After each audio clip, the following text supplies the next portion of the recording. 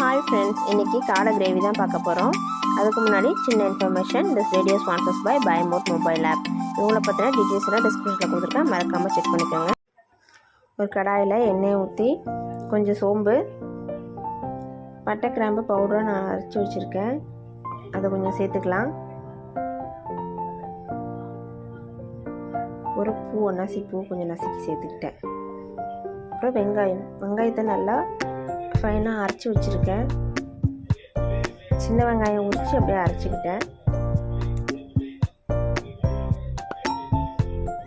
சாதம் வெந்துட்டுருக்கு. காடை கிரேவி செஞ்சு சாப்பிட வேண்டியது தான். இஞ்சி பூண்டு கூட கொஞ்சம் கொத்தமல்லி தழை சேர்த்து அரைச்சிருக்கேன். நல்லா வாசனையாக இருக்கும்.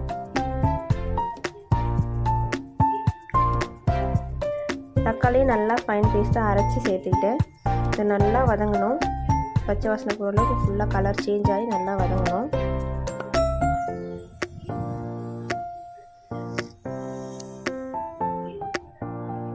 வீடியோவுக்கு லைக் பண்ணுங்கள், சப்ஸ்கிரைப் பண்ணுங்கள்.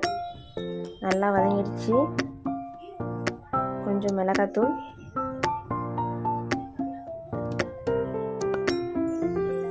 கரம் மசாலா,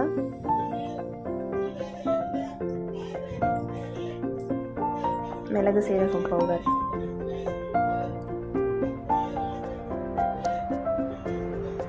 கொஞ்சம் மல்லித்தூள் எல்லாம் சேர்த்து நல்லா வதக்கிக்கோங்க.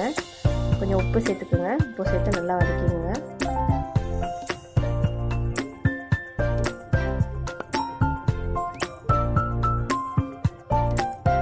நல்லா வதங்கணும். காடை நல்லா வாஷ் பண்ணி வச்சுருக்கேன். இப்போ இந்த வாஷ் பண்ண காடையை நீங்கள் இதில் சேர்த்துக்கலாம்.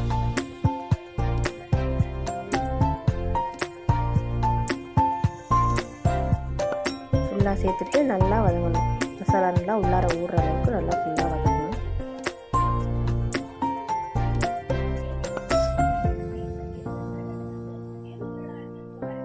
ஃபுல்லாக நல்லா வதங்கினதுக்கப்புறம் கொஞ்சம் தேவையான அளவு தண்ணி சேர்த்துக்கோங்க. இந்த காடையெல்லாம் கொஞ்சம் உள்ளார போகிற அளவுக்கு தண்ணி ஊற்றினா போதும். கிரேவியாக செய்கிறதுக்கு கொஞ்சமாக தண்ணி ஊற்றினா போதும். தண்ணி ஊற்றிட்டு நல்லா கொதிக்கும் போது கொஞ்சம் டேஸ்ட் பார்த்துக்கோங்க, உப்பு காரெல்லாம் சரியாக இருக்கான்னு. இப்போ மூடி வச்சிடலாம். நல்லா கொதிக்கட்டும். சாதம் வெந்துருச்சு, வடிச்சிடலாம்.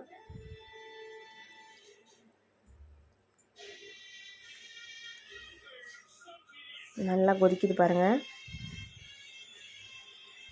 வீடியோவுக்கு மறக்காமல் சப்ஸ்கிரைப் பண்ணுங்கள்.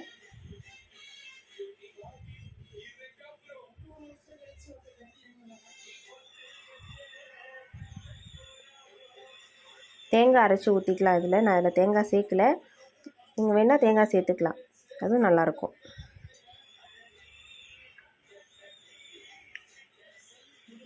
சும்மா கொத்தமல்லி கருவேப்பிலை தூவி விட்டுருக்கேன்.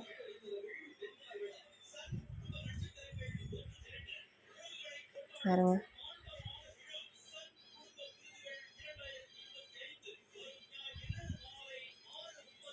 பிடிச்சிருந்தா லைக் பண்ணுங்கள்.